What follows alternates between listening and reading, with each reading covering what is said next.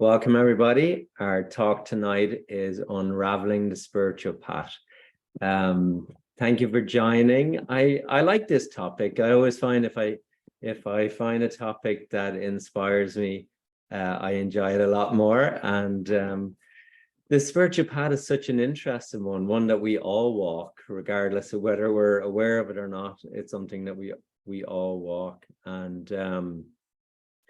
And I had kind of three ideas to break it down tonight into, like, it's such a big subject, of course, and we can talk about multiple things.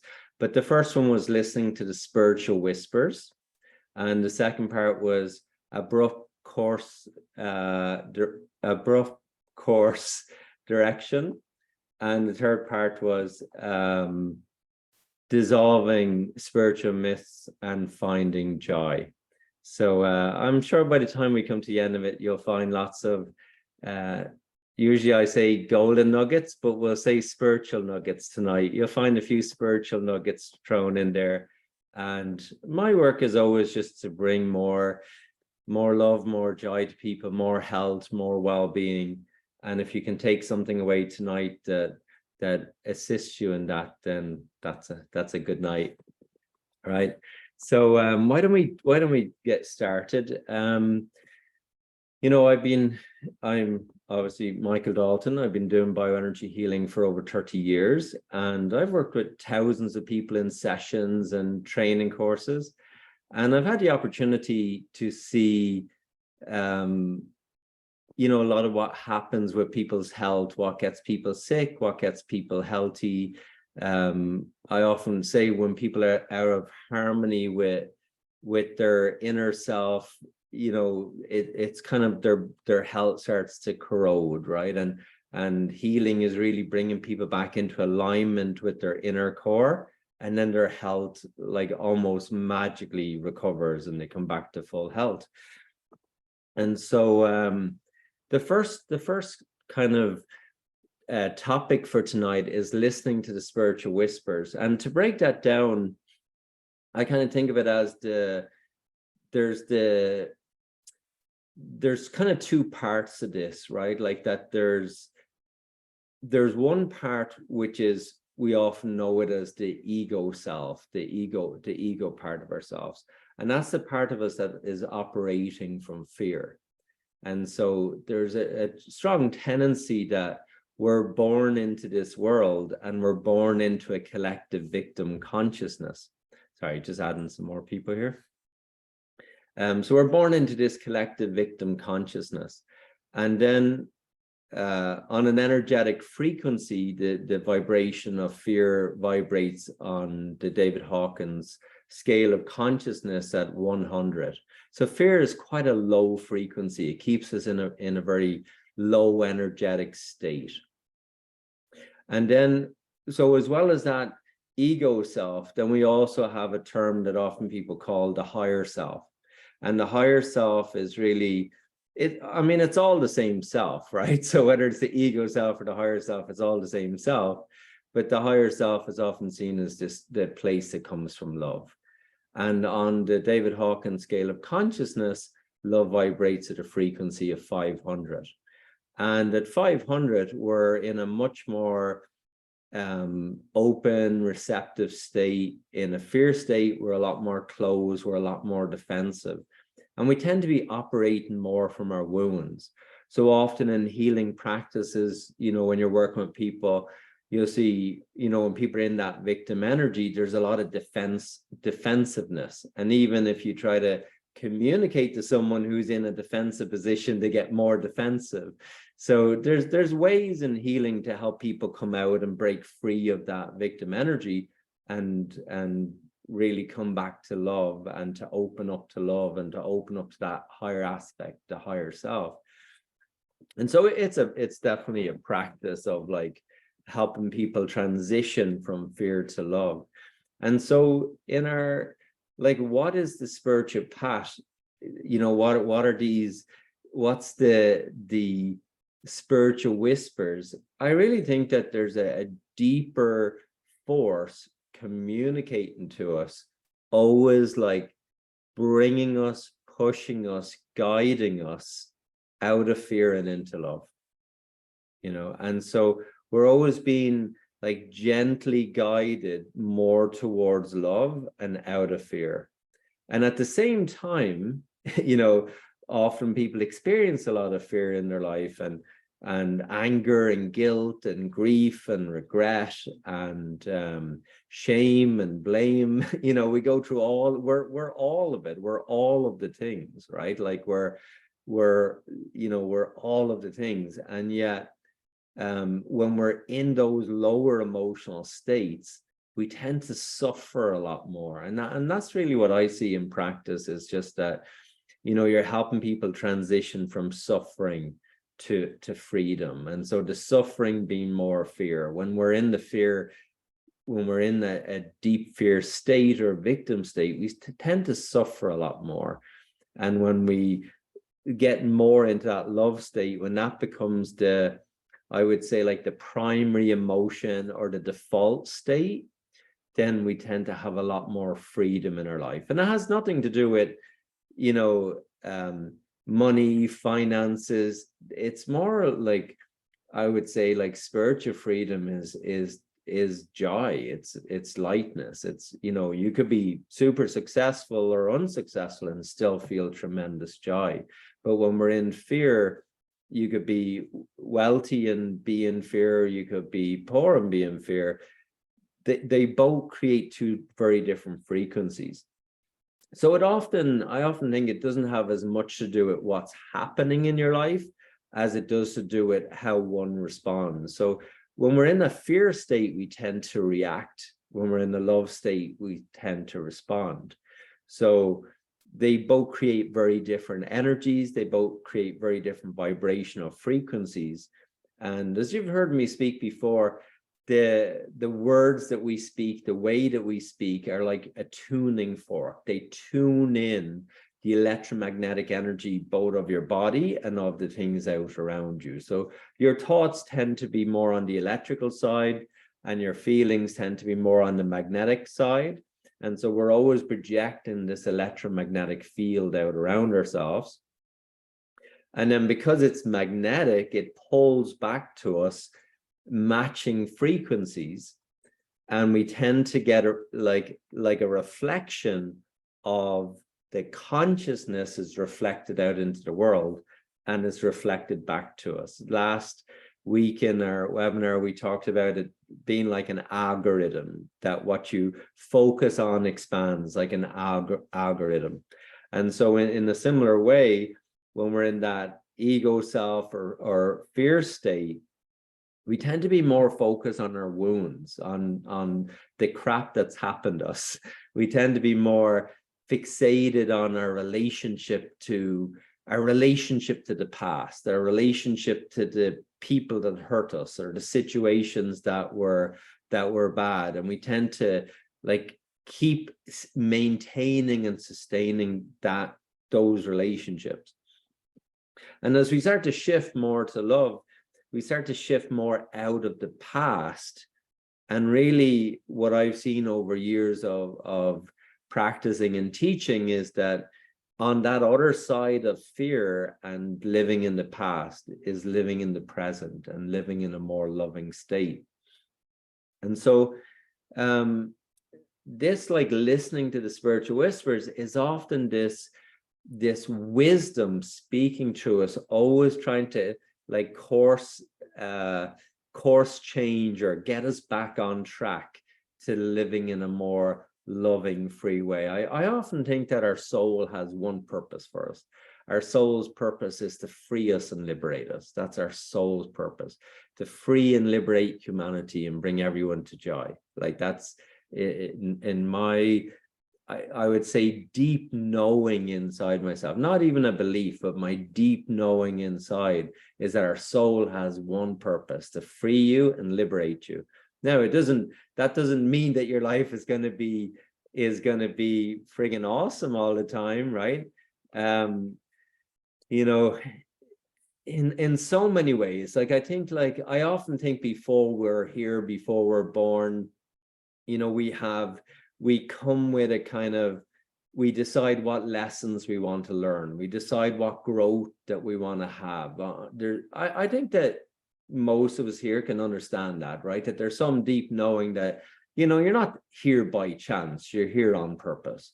You're not here for no reason. You're here because you're growing and processing and learning, right? We're learning and growing and expanding.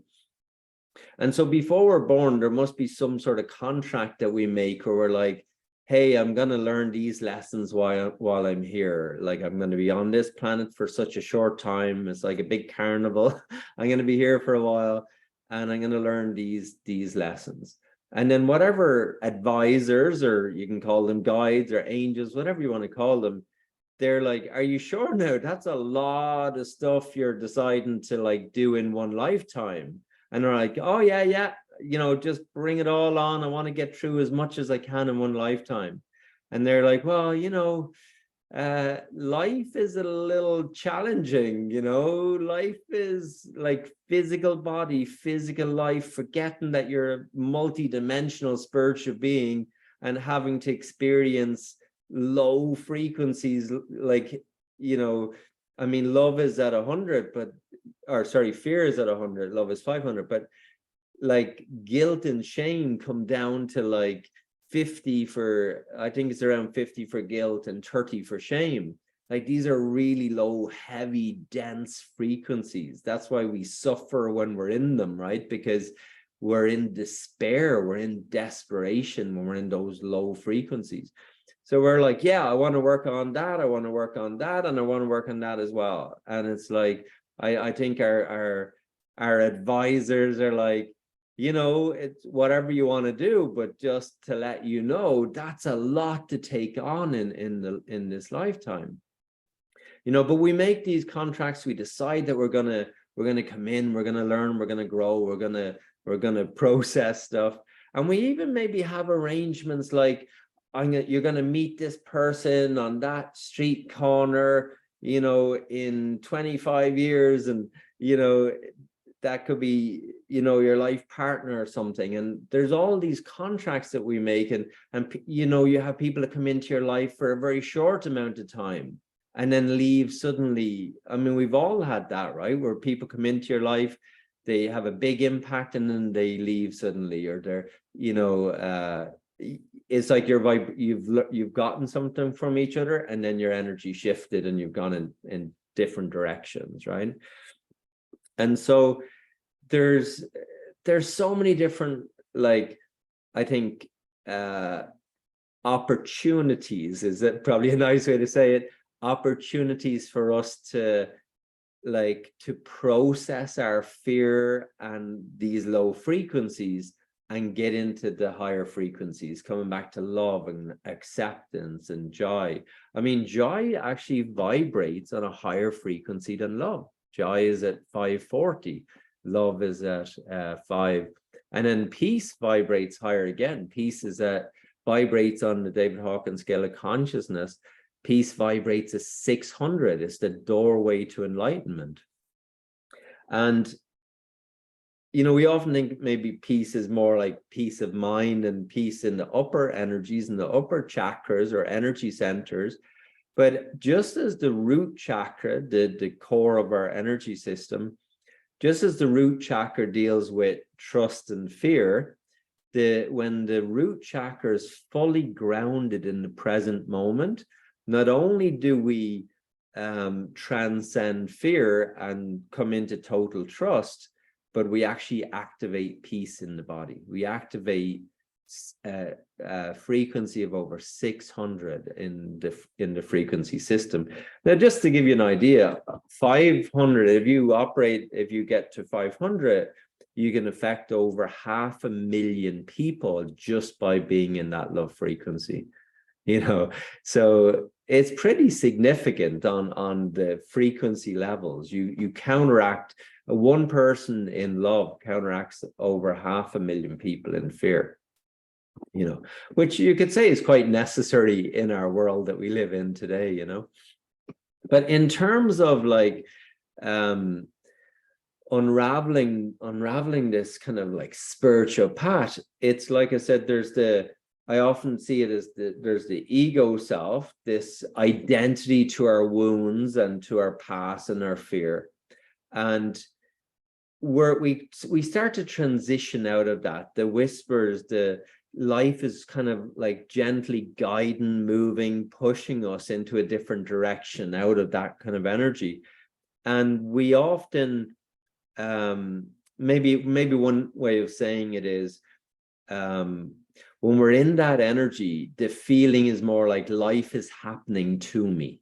So we come into life, and our life experiences that we have, and we're like, life is happening to me.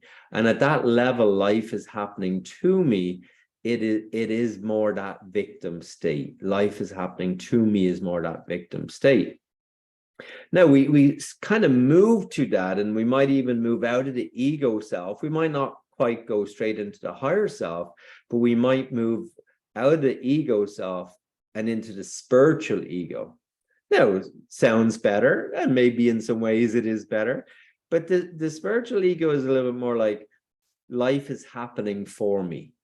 We get more empowered. We kind of like, we up our energies from kind of like sadness, fear and sadness, and we up our energies maybe a little bit more anger, maybe a little bit more, people even call it the spiritual warrior. It's like, we need to fight against corruption. We need to make changes. We must fight against my illness, which is actually better than being in that lower state, because you're moving up the vibrational frequencies. You're starting to empower yourself. You're starting to get in charge of your life. You're starting to take more responsibility.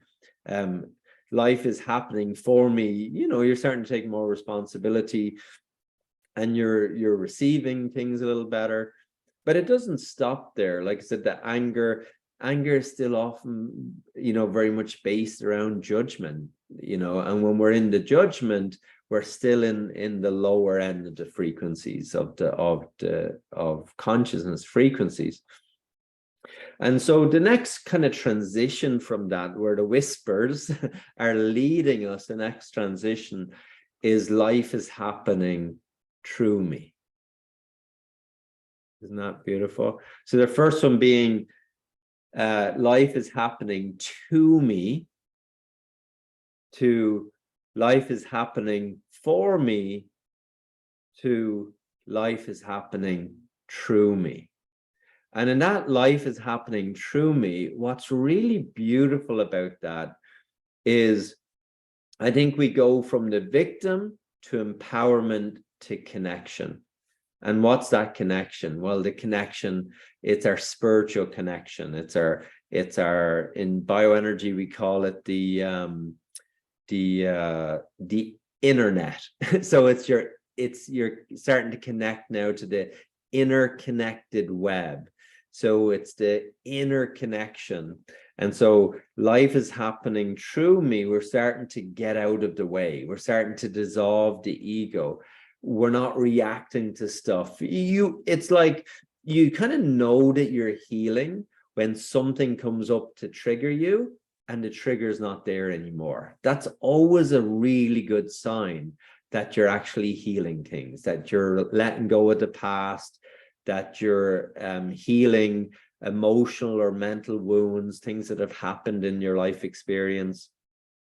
And so when we start finding ourselves that we're not as triggered as much, that, like I said, that's often a good sign that we're not operating as much now from the wounds. We're starting to shift out of the wounding.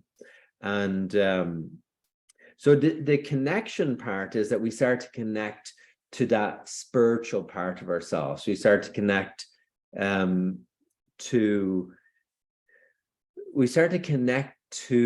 the dance of energy that flows and moves through us. And that dance, it's like, if I could sum it up in one word, it's really just love. That's all that it is, right? Like, if we replace the word spiritual with love, really we're all spiritual beings. We're all love beings. We may not know it. We may not see ourselves that way. I always say, no one treats us as bad as we treat ourselves, right? Like we are our own worst enemy. We don't need any enemies. We're our own worst enemy, you know, and that's because we've come away from love. Now, you can't really come away from love because you are love, right? Like love is the essential nature of who and what you are. Love is spirit and you are spirit. So you can't come away from love, but you can definitely disconnect from love. And in the same way that, you know, you could be out somewhere with your phone and you don't have a signal, right? Your phone is still a phone. The internet is still the internet. It doesn't change, but you can lose the signal. You can lose the connection. And I think in the same way, when we're in the fear state, it's like there's a lot of static. And so we're not able to hear the connection to spirit. We're not able to hear the connection to source. We're not able to hear the connection to love, you know. And so the more static, you know, we have, the more disconnection we have, the further we are away from love. And I've often said too, like that when you have two people, you know, beside each other, shouting at each other, you know, they're shouting about something, they're arguing about something. Like if you really stop and feel into what's going on there, it's like they stop listening to each other, right? Like, why do people shout, right? Because they don't feel that they're being heard. They don't feel a connection. Now, what's the connection that they don't feel? Their heart is closed. Why do people shout? Because their heart is closed, right? But when the heart is open, people whisper, right? You can like be with someone and you whisper and they hear you, and it's like, it's very gentle, it's very subtle, it's a gentle whisper. And that's, you know, when you're with someone and there's just love there, it's you don't need to shout. There's just this communication that takes place, you know. And so in a similar kind of way, when we have our connection, when we feel connected, there's a radiance, an illumination that we feel, you know, and we may come in and out of connection. You know, there's times where you come into connection, you feel like, God, life is wonderful. Life is beautiful. It's a great time to be alive. You know, when people say it's a great time to be alive, they're feeling connected, right? Like, you know, when you're like, well, what do you mean life is pretty fucking miserable? You know, you might be feeling a little bit disconnected. And we all go in and out of connection. You know, not even your cell phone stays connected all the time, right? Like we're the same. We go in and out of connection, you know. The problem is not that we go out of connection. The problem is sometimes that we stay out of connection, right? Like that's often the problem. Not that we have fear, guilt, shame. I don't think there's anything wrong with having those things.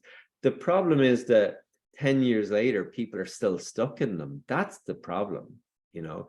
Like as a practitioner who's worked with thousands of people and helped people reclaim their health and well-being, you know, it's fear itself doesn't make you ill.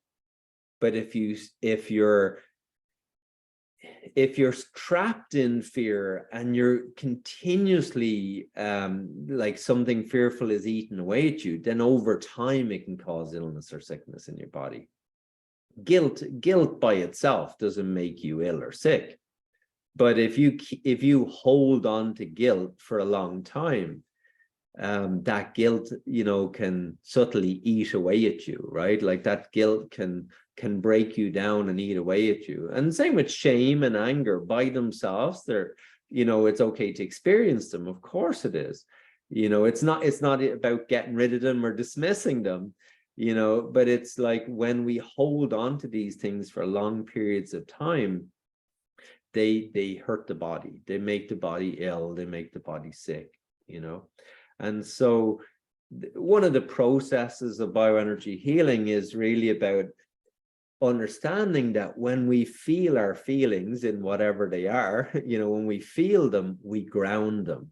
So it's an electrical circuit, right? So it's electromagnetic energy. And when the thoughts and the feelings, when they move into the physical body and they're felt, they ground back into the earth through the feet. And there's a circuitry that takes place. And then this shows up in the nervous system as when the circuitry is completed, we return back into a more parasympathetic state. When the circuitry doesn't complete, we stay in a more sympathetic state. And then whenever a trigger comes up in our life, we're immediately brought back into that sympathetic state, you know, of the nervous system. And so in many ways, often people are living in a more sympathetic state. Now, what does that mean? Well, they're living in a more fear state, because you got to think of the sympathetic state is the fight or flight. You know, well, why would we fight or why would we run off? You know, it's fear-based, right? And so adrenaline is pumped into the body to get us to take massive action. And we do that even like we do it unconsciously, like it's a reaction, right? It's not a response. Like adrenaline being pumped into your body at a fraction of a second is not a response, it's a reaction. So it's the fight or flight response, reaction. It's reactive.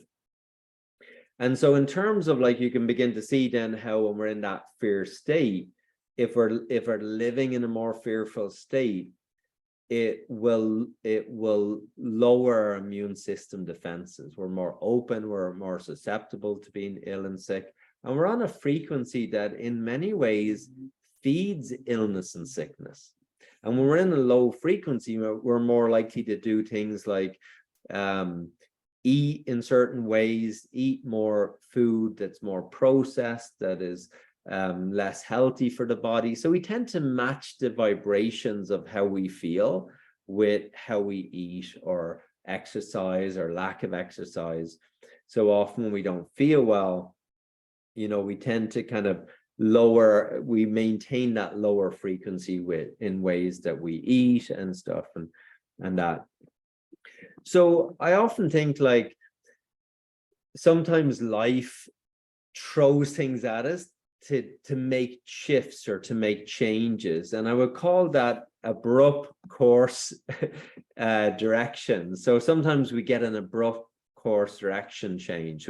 Sometimes life will bring us a change to change the course that we're on, to get us out of the sympathetic state, to get us back into the parasympathetic state, to get us out of fear, to get us back into love, you know, and no different than the navigation system in your car, right? You're driving along, you take a wrong turn. What does the navigation system do? It tries to get you back on track. That's all it's doing, right? Every time you take a wrong turn, it tries to get you back on track, you know.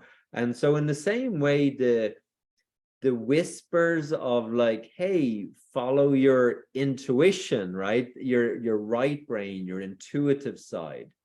We've grown up in a more academic world that really praises the left brain, which is wonderful. Like, it's great to have intellect and to be able to communicate and to be able to express ourselves, you know, and that's really important. But equally important is the right brain communication, the intuitive communication, which is often being given a lesser role, right? That is being given a lesser role. And when it communicates to us through these whispers or even sometimes red flags, you're going to go and take a job that you really don't want to do. And, you know, it tries to give you a couple of red flags or lets you know, hey, you're going the wrong way. That's not really what you want to do. Or, you know, or maybe you want to get into a relationship and you're going in with the wrong person just because you haven't been with someone for a while. And, you know, there's red flags, right? Like, your intuition is kind of like, initially it's kind of whispering, but it also could be screaming at you like, hey, what are you doing? You know, not this crazy person again, you know, or different person, but same patterns, right? Like you let go of one crazy nut and then you meet another crazy nut, right? Just different clothes, right? But different, you know, same persona, different image, right? So the whispers are there, and sometimes they're loud and sometimes they're quiet. but sometimes they get really loud. And I think that's what I've seen. That's what I've seen in the clinic when people come in and they're, they've reached a point where maybe they've had to stop working because they're ill or they're sick. And I sometimes think, they haven't been listening to the whispers. They haven't been listening to their body.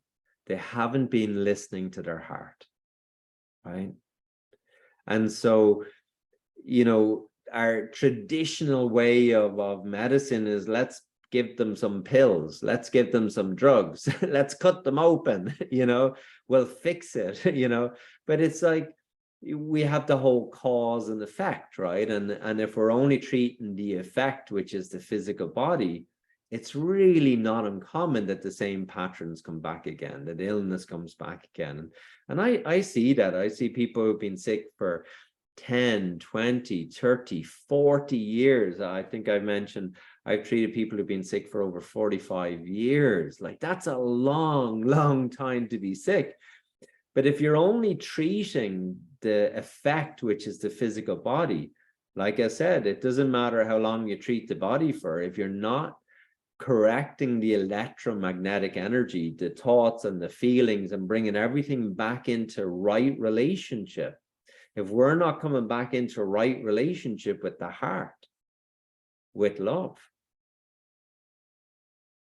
then all paths is kind of like I said, our soul has one purpose: to get us back on track. The navigation system in your car has, maybe it has two purposes: one, to get you to where you want to go, but also to keep you on track.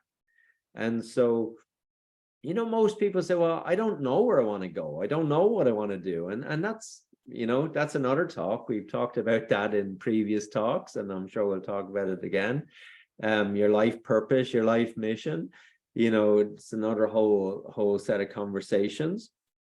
But the part that I'm speaking to tonight, like the unraveling the spiritual path, is really like us coming back and listening to the heart. It's not so much about where we're going, but how we're going, right? It's not so much about the destination, right, as the journey. And we've heard that before, right? It's the journey, not the destination.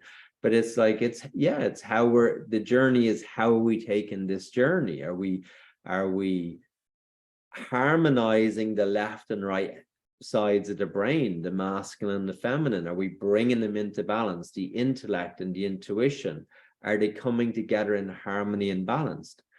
And often, when I'm treating people who've been ill or sick for a long time, there's usually one of those sides is out of balance. Their energy system might be out of balance on one side. It's not in harmony. It's not working together, And so this is where I've mentioned this, but this is where I would say, like, when people are doing jobs that they don't want to do, if they're in a relationship that they're unhappy in, or an unhealthy relationship, if they have habits or addictions that are unhealthy, it wears itself on the body. It breaks the body down, and it can make the body sick. And sometimes, like, I find, like, when people don't get better, it's because their plan is to keep doing the very thing that they don't want to do, right? So if someone has had to stop working because they're sick, and then I'm going to help them get better, and their plan is to go straight back and work in the same job again, I always find that they'll actually prevent themselves from getting better. Well, why? Because the getting sick is the abrupt course correction. Sorry, not direction, but correction. Abrupt course correction. So life is giving you a gift.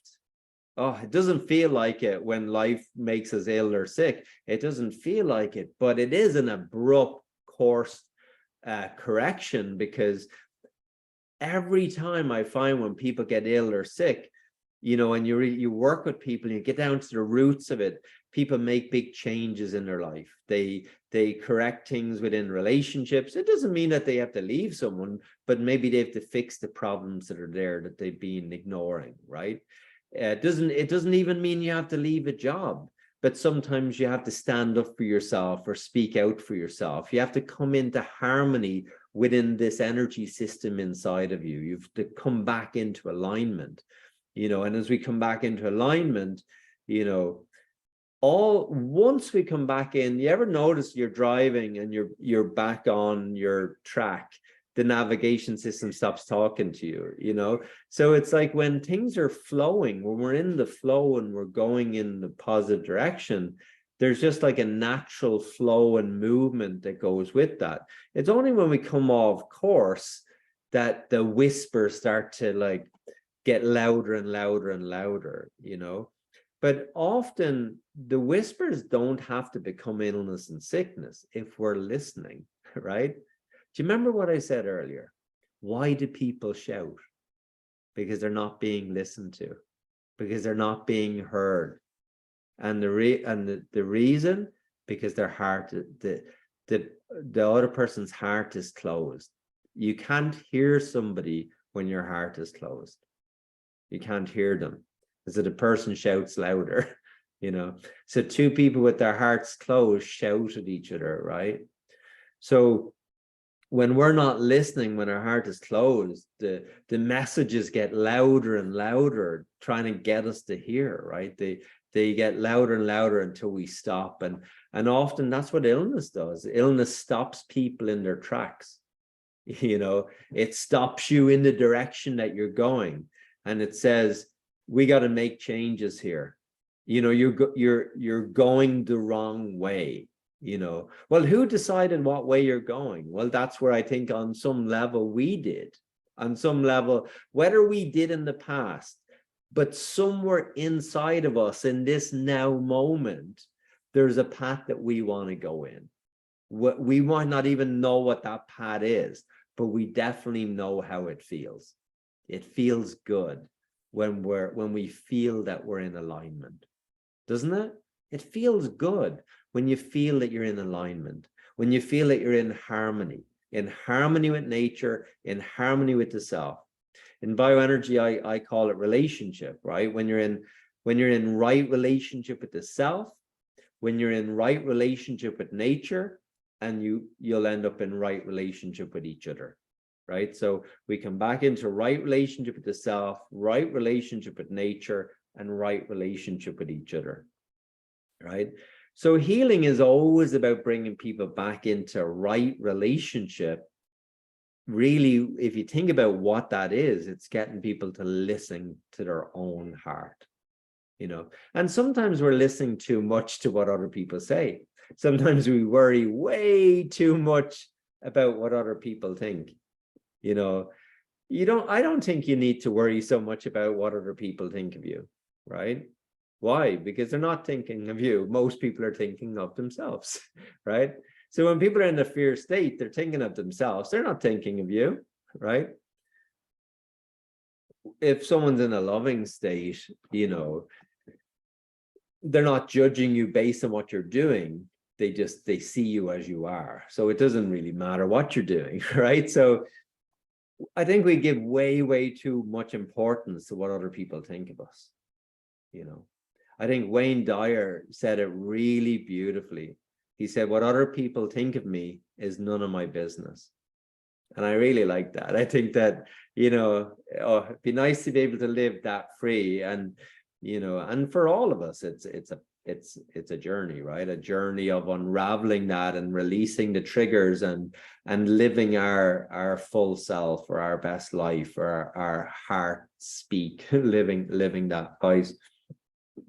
So, in terms of like healing, like the very practice, a process of healing is really opening up people to love. That's what it is. If someone's in an unhealthy relationship and it's making them sick, it's helping the person. Maybe you're working on their solar plexus chakra to empower the person. Maybe you're working on the heart chakra to open the heart. Maybe you're working on the throat chakra to help the person communicate. There's all different ways that you can be working with someone to help them in healing something, right? But really, all the work is love. That's all the work is, you know. I mean, in the process of bioenergy, we're literally working on the electromagnetic energy of the body through a process of gathering up the energy, drawing the energy out, releasing the energy, but we're clearing the blockages out of the way. We're clearing the congestion and the blockages out of the way so that the person can come back into connection with the true self, not the persona, not the personalized identity that we've created, right? So we've created this identity of, oh, I've got to do this for my parents, or I've got to do this for my partner, or, you know, the expectations that are on you, right? That's the persona. That's coming from our wounds, from the ego. So that's the first self, the ego self. But when we start coming back to the heart, you know, people often say, you know, when I'm working with people, they're often in a point in their life where they have to make a decision and they don't know what decision to make. And I always say there's an easy way to make the decision. And they're like, oh, would you like it? Would you like a way to make a decision? Right? This is your spiritual nugget, right? If there's a decision that you have to make and you're wondering, like, we'll just say it's A or B, right? Like, what decision should I make, right? The question that I always ask is, what would love do? Boom. Right? What would love do? Right? Because you'll notice that sometimes you're like, what should I do? You know, you have to, when you get the answer to that, is it fear or is it love? Right? And sometimes we make choices from fear because we've just been conditioned and programmed, and we have that wounding inside of us, and we've never released that wounding. And when we haven't released and grounded the wounding, if we haven't done the healing, if we haven't done the work on ourselves, then you're going to keep repeating the same wounding. So it's kind of like, it's like driving around in circles around a roundabout, thinking you're getting somewhere, but you're really just going around and around. You know, the other name for that is the hamster wheel, right? You're running, but you're not getting anywhere, you know. Or you're driving around the roundabout and you think because you're driving, you're in motion and you're making progress. But sometimes we're not making progress if we're going around in circles, right? And so sometimes I think, like, but maybe even that is perfect, right? Sometimes we have to go around in circles a few times to reach the point where we stop going around in circles, right? You know, but sometimes we go around a little bit longer than we need to. Sometimes we suffer a bit longer than we need to, you know. Sometimes we don't need to suffer nowhere near as much as we do, you know. And I think it's because we are often can jump into that fear state rather than the love state. And so we find ourselves, when we find ourselves in those situations where we have to make choices, just put your hand on your heart. What would love do now? And if you allow that to be your guiding force, I think it's a really beautiful way to come back into course correction. It's your own navigation system. You know, in healing, I always, you know, I like to talk. I'm Irish and I kissed the Blarney Stone, you know, so I like to talk. And I mean, I love to tell people what to do if they listen, you know. I always say, you can take my advice, I'm not using it. But just kidding, I am, unless I'm not. But in terms of like, I think the best help you can give someone is not so much telling people what to do, but it's like, if you can bring them back to the self, right? Like, if you can bring people back to, you know, what do you think you should do? What would love do? You know, what do you think love would do? You know, and what do you think fear would do? You know, and now you have two answers, one out of fear, one out of love. And it puts you in a place, right? Because you might be like, well, I'm going for the fear because it's safer. But is it? Because fear is the opposite of trust. Fear is not safe. And then you're giving opportunity again and again to repeat this same experience, because until we move from fear to love, like people say, well, look, in a loving world, if we're all one and it's all love, why do we experience, you know, the horrible things that we experience and over again? And it's like, well, I think even in a simple way, if you say, look, I want to feel strong, right? You say, I want to feel strength.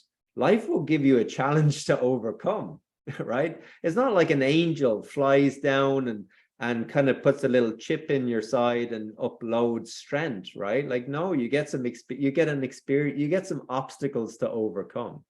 If you say, you know, I want more trust in my life, you'll get some opportunities to overcome your fear.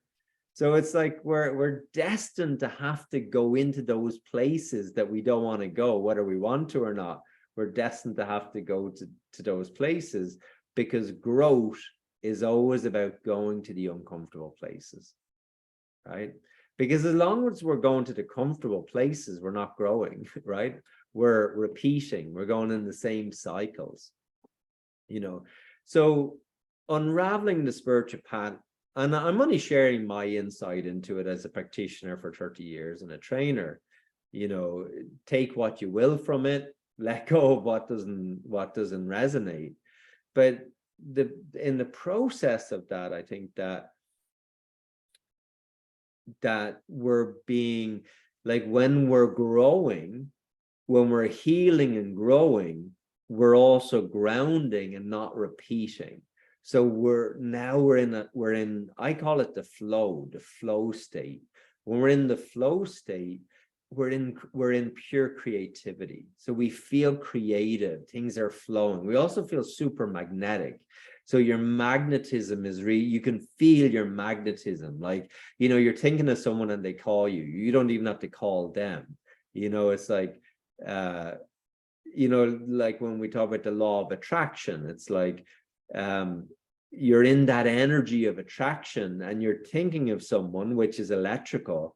And then you're like, you have a good feeling, you know, oh, I must call this person today. And that thought becomes like, oh yeah, like that would feel good to talk with them. And that magnetism goes out, and before you call them, they call you. You know, that you're in this flow state, right? Your energy is activated, right? But when we're in the fear state, we kind of just do the same thing, but in a maybe attracting more like, it's like a reflection, right? A mirror. So we attract more situations that we can have more fear around, right? So it brings us down a different path. Okay. So the next part I wanted to share, so we went into listening to the spiritual whispers. Then we said life sometimes throws at us abrupt course correction, right? And then the next part is dissolving some spiritual myths and finding joy. And I often think, like, you know, when it comes to spirituality, like, oh my God, what even is spirituality? I often think it's really funny. Sometimes I hear people say, you know, I started my spiritual path a few years ago, right? Or someone will say, my husband is not very spiritual, you know? And I'm like, I'm thinking to myself, that doesn't sound like a very spiritual, if we're talking spiritual, that doesn't sound like a very spiritual thing to say to someone else is not very spiritual. And I don't understand why people don't see this. I don't understand why people will say something from a judging perspective and then call it spiritual, you know? So I don't know. I think there's the whole idea of, you know, someone is not being very spiritual, or that your spiritual time started a period of time. I don't know. I think that's all a myth, you know. I come back to another nugget. Are you ready for another nugget? A spiritual nugget? Yeah. There's nobody more spiritual than anybody else. Right. Boom. But here's the second part of that. there's also nobody less spiritual than anybody else. Let that hit you right there in the heart, let that hit you right there. There's nobody more spiritual than anybody else, and there's nobody less spiritual than anybody else. Why? Because we're all spirit. We come back to one statement, we're all one. You can't make a statement that we're all one and then be operating from that duality thinking, right? We're either all one or we're not all one, right? So if we're all one, we're all part of the same source. We're all the same source energy. I think like in yoga, this kind of concept has been tried to be conveyed in a way that says, it's not that consciousness is inside of us, but we're inside of consciousness. So it's like people often think, I have consciousness in me, right? Like I have consciousness in me, but it's like everything exists inside of consciousness. Like nothing exists outside of consciousness. Everything exists inside of consciousness. Now, I could do another whole talk on we're all one, but we're not going to go there now because that's another whole conversation. But let's just accept from at least the concept that we're all one. So we accept the concept that we're all one, that we all exist within the same consciousness, But if we're all one and everything exists in the same consciousness, every universe, every multi-universe, every dimension, every extraterrestrial being, if you believe of those, every angel, spiritual being, every devil, satanic being, everything exists within the one consciousness. And what does that mean? It means that everything, every person is a different expression of the same oneness, And I think like if you're watching a movie, say you're watching a movie on your TV, and it's an action movie. Well, in every action movie, you have a hero and you have a villain, right? It's very dualistic. And life is really like that. Life is so dualistic, right? It's always like this dualistic energy, right? Like we come into the energy system with the root chakra, a singular chakra, and then we split into the sacral chakra and the solar plexus and the heart and the throat and the brow, and they're all dualistic chakras. And so we go into this dualistic, right? We're either the hero or the villain. It's always like two forces against each other. I mean, politics know this really well. Politics love to have two opposing forces. So it always pushes people into like fighting against each other, right? So like you're watching a movie, you've got the hero, you've got the villain, they're fighting against each other. But at the end of the movie or at the end of filming, whenever they're filming, I always think, they go and they have a beer together, right? Why? Because they're all part of the same crew. They're all part of the same crew. They're just reading the script. They're reading the contract, that the script writers made. I shared this really deeply in the level 1 bioenergy training. And we talk about the movie and we talk about the roles that we play, but in terms of like our own spiritual unraveling, we come into life and we split into duality and we see other people as being separate from us. And we see them and us and right and wrong and good and bad. And it's all very dualistic, and I guess the concept of non-duality that I propose is that if we're all one, then we're all from one source. And I think this is said really in a beautiful way in a wonderful book called The Course in Miracles. And they say that there's only two emotions, love and fear. And fear is an illusion. Ooh, I like that, right? Fear is an illusion. So it's not even real, right? And I always find like, I would be sometimes treating people who are having panic attacks. And what I do is I get them to breathe with me, and I co-regulate their nervous system. And in the present moment, there's no fear. All the fear goes away. And in fact, in healing, it's not uncommon. The more you get people out of their own way, they literally step out of illness and sickness. That it's, what if even illness and sickness is an illusion? What if everything is an illusion that is not love? You know, and so healing is really returning people back to truth, which is love. Not like I say, I'm not going to say it's something I believe. It's something I deeply know, right? That love is this, there's one energy and it's love, but that has so many expressions. And some of those expressions are pretty rough, you know. And in terms of, sorry, just want to make sure I get all my notes here.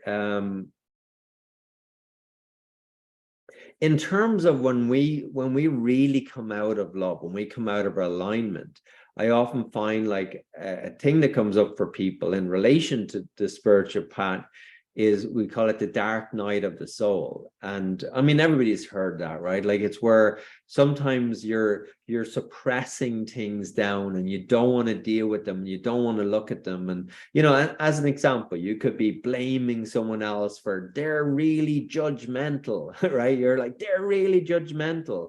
And you're, you know, like I said, maybe you're being a little bit judgmental, blaming them for being judgmental.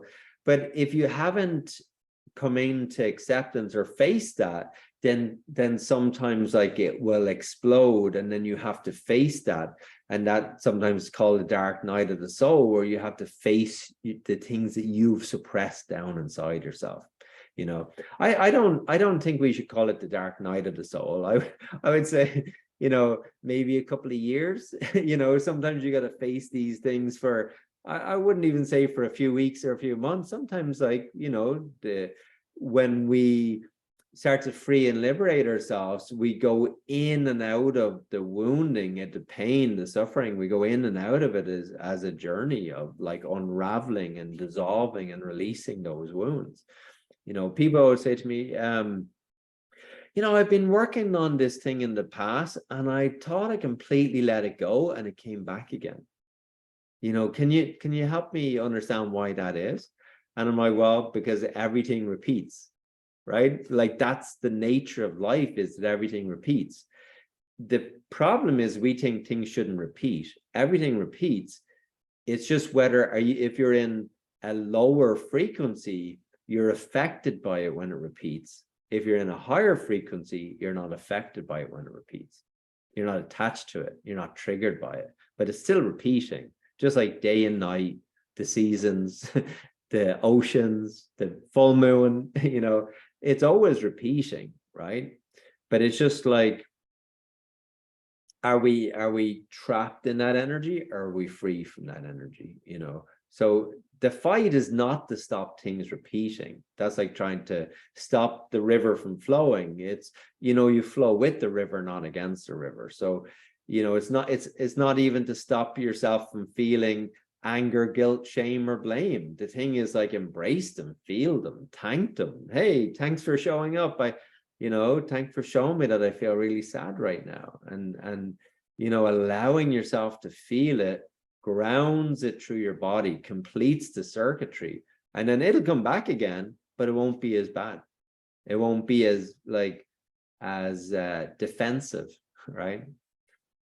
But that's kind of just gives you a glimpse into, like, you know, I would call it behind the scenes of like what we're teaching and training in bioenergy is like behind the scenes of the healer, of the practitioner, of the teacher. It's like shifting out of this fear state into a more loving state, shifting out of this disconnection and coming more into deeper connection, not by what someone else is saying to us, but what our spirit is saying to us, what we're saying to ourselves on the inside that we're not listening to. you know, being able to hear the whispers of our own heart. You know, that's the bioenergy path, I would say. And so this, like, as I say, dissolving myths, it's not so much, like I said, that some people are on a spiritual path and some people are not. If you're alive, it's a spiritual path because you are spirit. If you're alive, it's a spiritual path because we're all fucking one. We're all one energy. We're all one light. If you're on a spiritual path, it doesn't mean you don't have challenges in your life. It doesn't mean that you don't have difficulties. It doesn't mean that you don't get ill, sick, and die. I mean, there's no cure for death. Like, people say, well, I don't know why that person died. They were very spiritual, right? Well, there's no cure for death. It's coming for all of us, right? You look, the problem is not that people die. The problem is that we often don't live fully, right? The problem is that, you know, we often don't take as we don't listen to our true selves, and we don't follow the heart, and we don't, like, live our healthiest, best life. You know, that's probably more the problem. Not that we die, but that we don't live as full, right? So in terms of like healing, that's always the path of healing, is helping people to open up to that deeper wisdom inside, and getting people out of their own way. Sorry, just reading one of the questions here. Would you please say more about how one person in love frequency can counteract 500,000 people? I can recommend a book, which is the David Hawkins book, Power versus Force. That's the work of David Hawkins. And if you're interested in that, that's a great book to read, Power versus Force. But I'm coming to a close now. Thank you so much, everyone, for tuning in and listening tonight. I hope you can take a few spiritual nuggets away tonight. As I said, I think, like, in kind of summary to what I was looking to get across tonight, was really like that we're all on a spiritual path because we're all spiritual. There's no one less spiritual. There's no one more spiritual. We can definitely be more disconnected from love, or we can be more connected to love. But I think if we replace the word spiritual with love, then all paths lead back to the same place. No matter how off course we go, no matter how disconnected that we become, all paths lead back to the same place, which is love. You know, and to me, you know, I was very fortunate. I think, like, for me, finding my spiritual path was really finding my love path. And it was bioenergy. It was bioenergy healing. It was, you know, from when I was very young, I guess I deeply knew I wanted to help people. I wanted to be of service. I wanted to be of service, and I wanted to help people. And I even thought, at 5 years of age, I even thought, like, I would have a cut on my hand, and I was, like, trying to heal that cut with my mind. And I was like, why isn't it healing faster? Why is it taking so long? You know, and then many years later, when I came across bioenergy healing, I was like, here's a way to heal faster using your own natural energy, right? And it resonated so deeply in me, not as belief, but as truth that this was the right path for me, right? That this was the right path, that healing without drugs, healing with using our own hands, putting health back in our hands, putting health back in our heart, returning back into love, you know. And then this working with energy and working with healing was, you know, when you start to feel the energy and see the energy, it's a dance, right? Like, you're dancing with the energy. It's a cosmic dance of the energies and the chakras, and it's quite a magical experience. And then watching people's pain go away, moving people away from suffering, and helping people feel freer and lighter. I mean, the most common phrase I've heard, you know, after people have had a session is, I don't know what you've done, but I feel so much lighter and freer. And people are always like, I don't know what you were doing, but I feel so much lighter and freer, you know. And I think it's like, if that's something that I can give people, that they feel lighter, that they feel freer, and then over a few weeks of their illness and sickness disappears, and they feel connected and they feel in alignment, that lightness and freer starts to connect and opens them and brings people back into alignment. That as we correct that first relationship, then I feel like we start correcting the other things in our life, right?